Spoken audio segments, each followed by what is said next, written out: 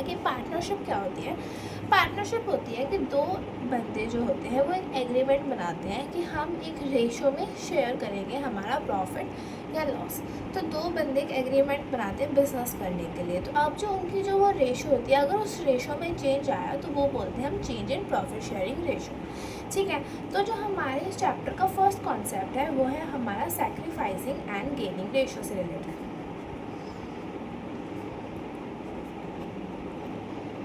तो जो वो लोग एग्रीमेंट बनाते हैं और उसके बाद जब रेशो चेंज होती है तो एक पार्टनर सैक्रिफाइस करता है और एक पार्टनर गेन करता है। तो जो सैक्रिफाइस, अगर हमें सैक्रिफाइसिंग रेशो निकालनी है तो हम करेंगे ओल्ड माइनस न्यू शेयर, और जब गेनिंग निकालनी होगी तो हम करेंगे न्यू माइनस ओल्ड। ठीक है, ये हमारे दो फॉर्मूलाज आएंगे रेशोज निकालने के लिए। सेकेंड आता है हमारा गुडविल एस्टिमेटर। सेकेंड आता है हमारा गुडविल का ट्रीटमेंट। इस गुडविल के ट्रीटमेंट के लिए सबसे पहले तुम्हें गुडविल को एस्टिमेट करना आना चाहिए। तो वो मैं तुम्हें थोड़ी देर बाद बताऊंगी, वो एक इम्पॉर्टेंट क्वेश्चन है तो उसको तुम ध्यान से समझना। सबसे पहले हम देखते हैं गुडविल के ट्रीटमेंट को। तो अगर तुमने फर्म का गुडविल ट्रीट कर रखा है तो अगर प्रॉफिट शेयरिंग रेशो चेंज हुई है तो गुडविल का क्या ट्रीटमेंट होगा। गुडविल का ट्रीटमेंट होगा, गुडविल के लिए हम एक एंट्री करेंगे gaining partner debit to sacrificing partner. ये हमारे गुडविल की एंट्री हो जाएगी, gaining partner account debit to sacrificing partner, ये गुडविल की एंट्री होगी। थर्ड आएगा हमारा ट्रीटमेंट ऑफ रिजर्व्स। अब हम रिजर्व्स का कैसे ट्रीटमेंट करेंगे। तो हो रिजर्व्स क्या होता है, रिजर्व्स होता है वो प्रॉफिट जो फर्म ने एक्यूमुलेट कर रखा है for the difficult times. Reserves में हम मेंशन करते हैं कि हमने अगर ये रिजर्व बनाया तो ये रिजर्व हम कहाँ पे यूज़ करेंगे। तो reserves are the profit which are accumulated by the firm for the difficult times. Okay, तो रिजर्व्स में हमारे, अब रिजर्व्स के ट्रीटमेंट भी हमारे दो टाइप के हो सकते हैं। या तो क्वेश्चन तुम्हें बोलेगा कि तुम रिजर्व्स को डिस्ट्रीब्यूट कर दो या तुम रिजर्व्स को डिस्ट्रीब्यूट मत करो। तो अगर उसने बोला कि तुम रिजर्व्स को डिस्ट्रीब्यूट मत करो तो हम उसकी करेंगे एडजस्टिंग एंट्री। ठीक है, तो हम उसकी करेंगे एडजस्टिंग एंट्री, और वो एडजस्टिंग एंट्री क्या होगी, gaining partner debit to sacrificing partner. ठीक है, जो हमारी गुडविल की एंट्री थी वही हमारी रिजर्व्स की एंट्री होगी अगर उन्होंने बोला कि तुम रिजर्व्स को डिस्ट्रीब्यूट मत करो। लेकिन अगर बोला रिजर्व्स को डिस्ट्रीब्यूट कर दो तो एंट्री हो जाएगी reserves account debit to partners. तो इसमें जो भी पार्टनर्स हैं वो क्रेडिट हो जाएंगे, उनको अमाउंट मिल जाएगा। लेकिन ऐसे ही अगर तुम्हारे लॉसेस पड़े हुए हैं तो लॉसेस, तो पार्टनर्स डेबिट हो जाएंगे टू लॉसेस। और वो लॉसेस कौन से आएंगे, हमारे एडवर्टीजमेंट सस्पेंस अकाउंट आएगा या पीएनएल का डेबिट बैलेंस आएगा। ठीक है, ये रिजर्व्स का ट्रीटमेंट हो गया। अब मैं बताऊं कि पीएनएल क्या होता है। देखो, कुछ बैलेंसेस होते हैं प्रॉफिट एंड लॉस अकाउंट के। तो या तो जो प्रॉफिट एंड लॉस अकाउंट है वो तुम्हें बैलेंस शीट में दिया होगा एसेट साइड में, या तुम्हें दिया होगा लाइबिलिटी साइड में। ठीक है, तो जो लाइबिलिटी साइड में दिया है तो वो तुम्हारा क्रेडिट बैलेंस है, और एसेट साइड में दिया है तो डेबिट बैलेंस है। तो अगर प्रॉफिट एंड लॉस का डेबिट बैलेंस गिवन है दैट मीन्स वो तुम्हारा लॉस है, और अगर क्रेडिट बैलेंस गिवन है तो वो तुम्हारा प्रॉफिट है। तो ये तुम्हारा प्रॉफिट है तो इसकी एंट्री क्या होगी, PNL account debit to partners, और ये लॉस है तो इसकी एंट्री क्या होगी, partners debit to PNL account. ठीक है, ये मैंने पीएनएल समझाया। इसके बाद हमारे पास आते हैं रिजर्व्स के टाइप।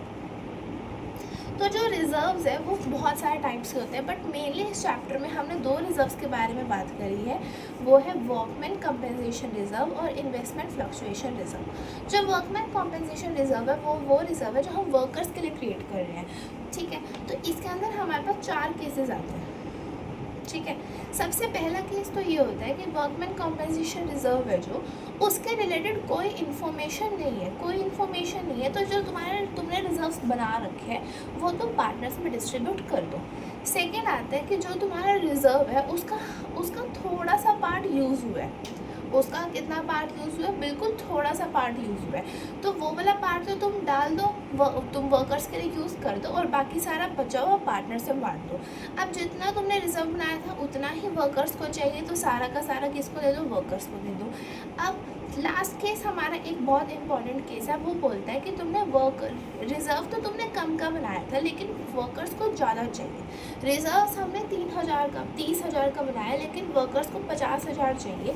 तो जो एक्स्ट्रा 20,000 है ना, जो एक्स्ट्रा 20,000 है वो तुम कहाँ से दोगे, रीवैल्यूएशन अकाउंट से दोगे। वो हम कहाँ से देंगे, रीवैल्यूएशन अकाउंट। अब रीवैल्यूएशन अकाउंट क्या होता है, रीवैल्यूएशन अकाउंट एक ऐसा अकाउंट होता है जो बनता है during the change in profit sharing ratio. जब भी रिकॉन्स्टिट्यूशन होगा फर्म का, रिकॉन्स्टिट्यूशन का मतलब होता है जब हम रेशो चेंज करेंगे, ठीक है, जब भी रेशो हम चेंज करेंगे तब हमारे एक अकाउंट बनेगा रीवैल्यूएशन अकाउंट, ठीक है। तो फिर वो हम 20,000 उस अकाउंट से लेंगे। अब हम चलते हैं इन्वेस्टमेंट फ्लक्चुएशन रिजर्व पे। इन्वेस्टमेंट फ्लक्चुएशन रिजर्व होता है जो इन्वेस्टमेंट्स के लिए बनता है। अब तुमने इन्वेस्टमेंट्स खरीद रखी है, ठीक है, अब तुमने इन्वेस्टमेंट ले रखे है, इन्वेस्टमेंट की वैल्यू बढ़ भी सकती है, कम भी हो सकती है। तो द फर्स्ट केसेस कोई इन्फॉर्मेशन नहीं है, तुम्हें कुछ नहीं दे रखा कि बड़ी है कम है, तो तुम मान के चलोगे कि हमारी वैल्यू उतनी है, तो तुम रिजर्व को डिस्ट्रीब्यूट कर दोगे।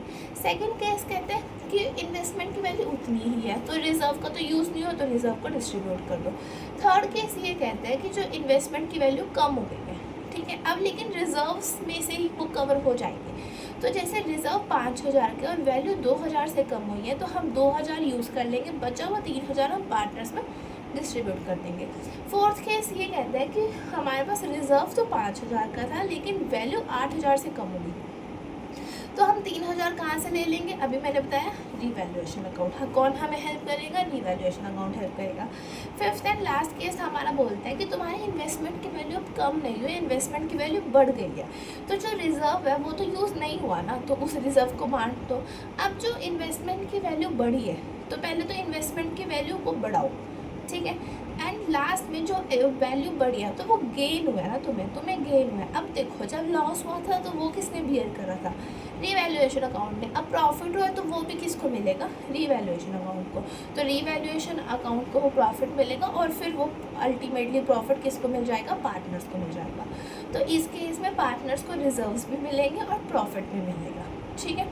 ये हमारी थी रिजर्व्स की कहानी। इसमें हमने देखा 2 टाइप के रिजर्व्स, ठीक है। उसके बाद है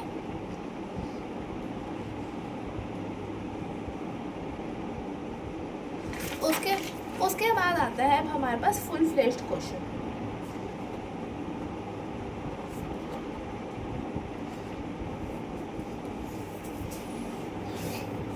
उसके बाद हमारे पास आता है फुल फ्लेज्ड क्वेश्चन। तो मैं फुल फ्लेज्ड क्वेश्चन में क्या क्या बनाना होता है, सबसे पहले तुम बनाओगे रीवैल्यूएशन अकाउंट, उसके बाद बनेगा पार्टनर्स कैपिटल अकाउंट और उसके बाद बनेगी बैलेंस शीट, ठीक है, लास्ट में बनेगी बैलेंस शीट। तो अब ये तुम्हें आता है, ये तुम्हें आता है। तो रीवैल्यूएशन अकाउंट क्या होता है, रीवैल्यूएशन एक नॉमिनल अकाउंट है, ये एक नॉमिनल अकाउंट है, इसमें सारे लॉसेस डेबिट होंगे और सारी इनकम क्रेडिट होंगी, ठीक है। ऐसे करके तुम्हारे एक रीवैल्यूएशन, अगर एसेट की वैल्यू बढ़ रही है तो क्रेडिट, एसेट की वैल्यू कम हो रही है तो डेबिट, ठीक है। अब लायबिलिटी है, लायबिलिटी की वैल्यू बढ़ रही है तो लायबिलिटी बढ़ रही है तो तुम्हारा लॉस है, इधर आ जाएगा, और लायबिलिटी की वैल्यू कम है तो तुम्हारा फ़ायदा है, तो क्रेडिट हो जाएगा, ठीक है। डेबिट और लॉसेस एंड क्रेडिट और इनकम्स एंड गेन्स, ठीक है। ये हमारा रीवैल्यूएशन अकाउंट हो गया। और उसके बाद अब इसके बाद हमारा यहाँ तक आता है हमारा चैप्टर ख़त्म, यहाँ पे हो गया आपका चैप्टर ख़त्म। इस चैप्टर में इसके अलावा कोई नहीं है, कुछ नहीं है, ठीक है। आपने एंट्रीज़ करी, इसके बाद कुछ जर्नल एंट्रीज़ भी आती है। अगर तुम्हें रीवैल्यूएशन आता है तो तुम जर्नल एंट्री आराम से कर सकते हो, और तुम एक आधा क्वेश्चन प्रैक्टिस करोगे तो जर्नल एंट्रीज़ भी हो जाएंगी, ठीक है। अब हम देखते हैं गुडविल को हमने कैसे एस्टिमेट करना है, जो हमने पीछे छोड़ा था। देखो गुडविल होती है रेपुटेशन तुम्हारे कंपनी की, तुमने जो कितना नाम बनाया वो तुम्हारा गुडविल होता है, ठीक है। तो गुडविल 3 मेथड से काउंट करेंगे हम, average profit, super profit and capitalization, ठीक है। तो सबसे पहले मैं तुम्हें बताती हूँ average profit method. Average profit में जैसे एक ईयर का प्रॉफिट 30,000 है, एक का 20,000 है, तो एवरेज क्या हुआ 30 + 20 अपॉन में 2, ठीक है। अगर वेटेड एवरेज लो तो 30,000 को × 1 कर दूँगी मैं, 20,000 को × 2 कर दूँगी, ये 40,000 हो गया, ये 30,000 हो गया, इन दोनों को प्लस करा, डिवाइडेड बाय 2 + 1 3 से डिवाइड कर दिया, ठीक है। तो simple average profit, weighted average profit, ये हमारा एवरेज प्रॉफिट में आता है। लेकिन अब सुनो, द ट्विस्ट इज इसमें कुछ एडजस्टमेंट्स आती है, जैसे कि एडजस्टमेंट्स क्या है कि एबनॉर्मल लॉस हो गया तो प्लस करेंगे, एबनॉर्मल गेन हो गया तो माइनस करेंगे। ये वन शॉट है इसलिए मैं रीज़न नहीं बता रही, अगर तुम्हें रीज़न जाना है तो तुम पूरी वीडियोस देख सकते हो, टॉपिक वाइज है, ठीक है। एबनॉर्मल लॉस है प्लस, एबनॉर्मल गेन है माइनस। अगर कोई भी तुम्हें ऐसा एक्सपेंस है जो तुम्हें पहले करना था लेकिन तुमने नहीं करा तो वो माइनस हो जाएगा। अगर एसेट है, एसेट को तुमने रिकॉर्ड नहीं करा या तुमने उसको रेवेन्यू एक्सपेंडिचर मान लिया तो तुम उसको ऐड करोगे। So these are the type of adjustment जो एवरेज प्रॉफिट में होती है। अब हम बात करते हैं सुपर प्रॉफिट की। सुपर प्रॉफिट मेथड में हमें गुडविल निकालनी है super profit into number of year purchase, ठीक है। और सुपर प्रॉफिट कैसे निकलेगा? सुपर प्रॉफिट निकलते हैं average profit minus normal profit. और नॉर्मल प्रॉफिट, एवरेज प्रॉफिट तो हमने सीख लिया कैसे निकालना। नॉर्मल प्रॉफिट होता है हमारा कैपिटल एम्प्लॉयड इनटू NRR, ठीक है। कैपिटल एम्प्लॉयड के कितनी कैपिटल तुमने लगा रखी है, total assets minus current liability, और जो तुम्हारी कैपिटल रिजर्व्स वो सब ऐड करके वो तुम्हारी क्या हो जाएगी, कैपिटल एम्प्लॉय, ठीक है। तो ये हमारा सुपर प्रॉफिट मेथड आता है। कैपिटलाइजेशन मेथड दो टाइप से होता है, एक होता है एवरेज प्रॉफिट, एक होता है सुपर प्रॉफिट। सुपर प्रॉफिट के केस में तुम्हारा जो सुपर प्रॉफिट आया उसको 100 से मल्टीप्लाई करो, NRR से डिवाइड करो, दिस इज़ योर गुडविल, ठीक है। Average profit, capitalization of average profit में क्या करेंगे, हम करेंगे capitalized value of average profit minus capital employed. Capital employed निकालनी सीख ली, total assets minus current liability, और जो सारे तुम, और ये या तो इस फॉर्मूला से निकालो या लायबिलिटी साइड अप्रोच से तुम कैसे निकालोगे, सारी कैपिटल पार्टनर्स के रिजर्व्स ऐड करके वो तुम्हारी कैपिटल एम्प्लॉयड होगी। Capitalize value of average profit निकलेगी एवरेज प्रॉफिट इंटू 100 अपॉन में NRR गिवन होगा। This is your all chapter. यहाँ तुम्हारा सारा चैप्टर खत्म होता है। ये हमारा था chapter number 2 which is change in profit sharing ratio, ठीक है। सबसे पहले क्या कॉन्सेप्ट सीखा हमने, इसमें सबसे पहले कॉन्सेप्ट सीखा सैक्रिफाइसिंग और गेनिंग रेशो का। सबसे पहले प्रॉफिट शेयरिंग रेशो क्या होती है, एक रेशो होती है जिसमें पार्टनर्स या तो प्रॉफिट या लॉसेस शेयर करते हैं। फिर उनकी अगर वो रेशो चेंज रहेगी तो एक पार्टनर सैक्रिफाइस करेगा, जो गेन करेगा उसकी रेशो कैसे निकालनी है। गुडविल का क्या ट्रीटमेंट होगा, गेनिंग टू सैक्रिफाइसिंग। रिजर्व्स है, या तो रिजर्व्स को रिकॉर्ड करो या रिकॉर्ड मत करो। अगर तुम रिकॉर्ड कर रहे हो तो पार्टनर्स में वो बांट दो, ऐसे ही लॉसेस बांट दो। अगर रिकॉर्ड नहीं कर रहे हो तो एडजस्टिंग एंट्री करो। अब देखो इस केस में क्या होता है, अगर हम पार्टनर्स में रिजर्व्स बांट रहे हैं तो हम सारी एडजस्टमेंट्स कर रहे हैं और हम रीवैल्यूएशन, जब फुल फ्रेश क्वेश्चन आएगा तो रीवैल्यूएशन कर रहे हैं, ठीक है। इस केसेस में जब हम एडजस्टमेंट्स कर ही नहीं रहे हैं तो बैलेंस शीट में वैल्यू अफेक्ट करेगी नहीं करेगी। अब रिजर्व्स तुमने डिस्ट्रीब्यूट करे ही नहीं तो रिजर्व्स आएंगे बैलेंस शीट में, हाँ आएंगे, बिकॉज तुमने डिस्ट्रीब्यूट नहीं करे, तुमने बस उसकी एडजस्टिंग एंट्री करी है। फिर आता है प्रॉफिट एंड लॉस। ये मैंने तुम्हें बताया बिकॉज ये बहुत क्वेश्चंस में तुम्हें आगे काम आएगा। प्रॉफिट एंड लॉस दो साइड तुम्हें मिल सकता है बैलेंस शीट की, एसेट साइड या लाइबिलिटी साइड। अगर लाइबिलिटी साइड है तो वो तुम्हारा प्रॉफिट है, वो क्रेडिट है, और एसेट साइड है तो वो मतलब डेबिट है और वो लॉस है, ठीक है। रिजर्व्स बहुत सारे टाइप के होते हैं, इस चैप्टर में हम दो पढ़ेंगे, workman compensation, investment fluctuation. Workman compensation reserve की ये 3-4 केसेस आ जाएंगे, इन्वेस्टमेंट फ्लक्चुएशन के भी केसेस आ जाएंगे, ठीक है। फिर आता है हमारा रीवैल्यूएशन अकाउंट। रीवैल्यूएशन अकाउंट एक नॉमिनल अकाउंट होता है, debit all expenses and losses, credit और इनकम एंड गेन।